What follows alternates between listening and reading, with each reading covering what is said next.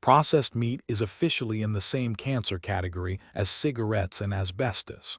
Group 1. It sounds terrifying, and that single sentence is one of the most misunderstood facts in all of nutrition. So let's do something simple. Let's separate what the evidence actually shows about red meat from what the headlines did to it. Okay, wait. Same group as cigarettes, so is a steak basically a cigarette on a plate? That's exactly the trap. And to get out of it, we have to split the question. Is red meat bad for you is really two very different questions. One, processed meat, the bacon, sausage, salami, hot dogs. Two, unprocessed red meat, a plain steak or mince. Same aisle in the shop, very different piles of evidence. Fine, but start with the cigarette thing. That comparison is what scared everyone. So here's the key. That famous Group 1 label comes from the World Health Organization's Cancer Agency, and it answers only one question. How sure are we that this causes cancer at all? Not how much. Processed meat and tobacco sit in the same box because we're similarly confident both can cause cancer, but the size is worlds apart. Processed meat is tied to about 34,000 cancer deaths a year worldwide. Tobacco, around 1 million. Same certainty, roughly 30 times the danger. The agency itself says the label was never a ranking of how dangerous something is. Okay, that changes things. So how strong is the processed meat link really? This is the most solid part of the whole topic. The Cancer Agency reviewed over 800 studies. Independent teams, the World Cancer Research Fund, and several large pooled analyses keep landing in the same place.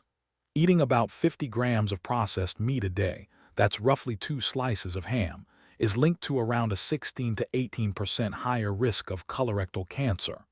The evidence consistently shows that association. Now, it's all observational, so it suggests cause rather than proving it. But for a food, this is about as consistent as evidence gets. And a plain steak, same danger. No, and this is the honest nuance. For unprocessed red meat, the signal is real but weaker and less consistent. The risk bump is smaller, roughly 15%, and the same cancer agency only calls it probable, a step down from processed. Here's the strongest tell. A completely separate team, funded by the Gates Foundation with no industry money, ran its own strict analysis and rated the evidence for unprocessed red meat as weak for colon cancer, and found no evidence for stroke. Two independent groups landing at smaller and shakier. So the evidence suggests a modest effect, not a strong one. So put a real number on it. How scared should I actually be? This is the part both sides actually agree on. A 16% increase sounds huge, but it's 16% of a small number. Your lifetime risk of colorectal cancer is around 5 to 6% to begin with. Eating 50 grams of processed meat every single day for life pushes that to roughly 6.5%. So the honest way to say it, a big relative risk applied to a small base makes a small absolute difference. Real but small. That's the number the scary headlines and the reassuring headlines both leave out. What about heart disease? Isn't red meat bad for your heart too? The same split shows up again. A classic analysis found processed meat raised heart disease risk by about 42% per serving, while unprocessed red meat showed no significant increase at all. And when a study pooled 6 large groups over 30 years, 2 servings a week nudged cardiovascular risk up a few percent. But the actual absolute difference over 30 years was under 2 percentage points. The author's own word for it was small. The evidence suggests the processing matters more than the meat. I keep hearing red meat causes inflammation. True. This one is usually overstated. The largest recent review, over 20 trials and hundreds of thousands of people, found red meat nudged up one inflammation marker, CRP, but only in people who already had heart or metabolic disease, and only at high intakes. In healthy people, and for plain unprocessed meat on its own, there was no significant effect. Other markers like IL-6 and TNF-alpha didn't move at all, and the observational studies found nothing. So the evidence suggests a small, conditional effect, not a blanket meat inflames you. Okay, flip side. Isn't red meat one of the best sources of iron?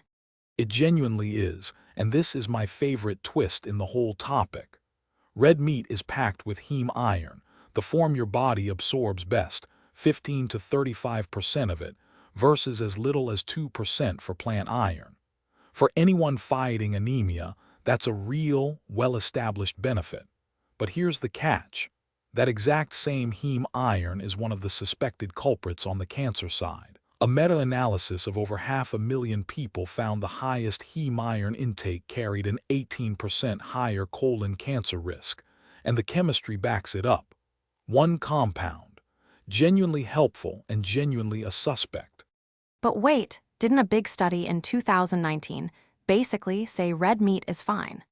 This is the most misunderstood headline of them all. In 2019, a group called NutriRex said, "Keep eating meat the way you already do." The press ran with "Science clears red meat." But here's what actually happened. They didn't find new data, and they didn't prove meat is safe. They took the same observational studies everyone else used and regraded them with a stricter rulebook, one that automatically treats this kind of evidence as low certainty. Their actual risk numbers were nearly identical to the World Cancer Research Fund's. Both camps agree on the data. They only disagree on how much certainty it deserves.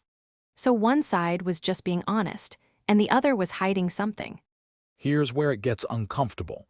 And if you saw our seed oils video, brace yourself, because this time it's not so clean. The lead author of that 2019 review had past ties to a meat industry-funded group that he didn't disclose, and a correction had to be published. But the other side isn't spotless either. The Main Meat is Risky Body is a cancer prevention charity with a built-in mission, and a Harvard-linked group actually tried to stop that 2019 paper from being published before anyone could even read it. Trying to silence a rival result is its own red flag. And the strangest detail, that inflammation study I mentioned was funded by the beef industry, and it still found a harm signal. Funding tugs at credibility. It doesn't decide the answer. Okay, after all of that, the honest verdict. Both blockbuster headlines are wrong in the same way. Red meat causes cancer and Science says red meat is fine are both overstating the exact same evidence. The honest picture is quieter, a small but real risk, clearer for processed meat than for a plain steak, tiny in absolute terms, and tangled up with the fact that heavy meat eaters often live less healthy lives overall. Not a poison, not a health food, just a food with a modest, mostly processing-driven risk. So what do you actually do? If you cut one thing, cut the processed meat. That's where the evidence is strongest. Enjoy a plain steak a few times a week without guilt. The added risk is small, and it's a genuinely good source of iron. And don't let a single headline in either direction do your thinking for you. No hype, no fear, just the evidence. And like our trickiest topics, this one went through an independent research board that checked every source and who funded it on both sides. Next time on Analysis, Creatine. The gym supplement everyone swears by. Does it actually work? Subscribe so you don't miss it.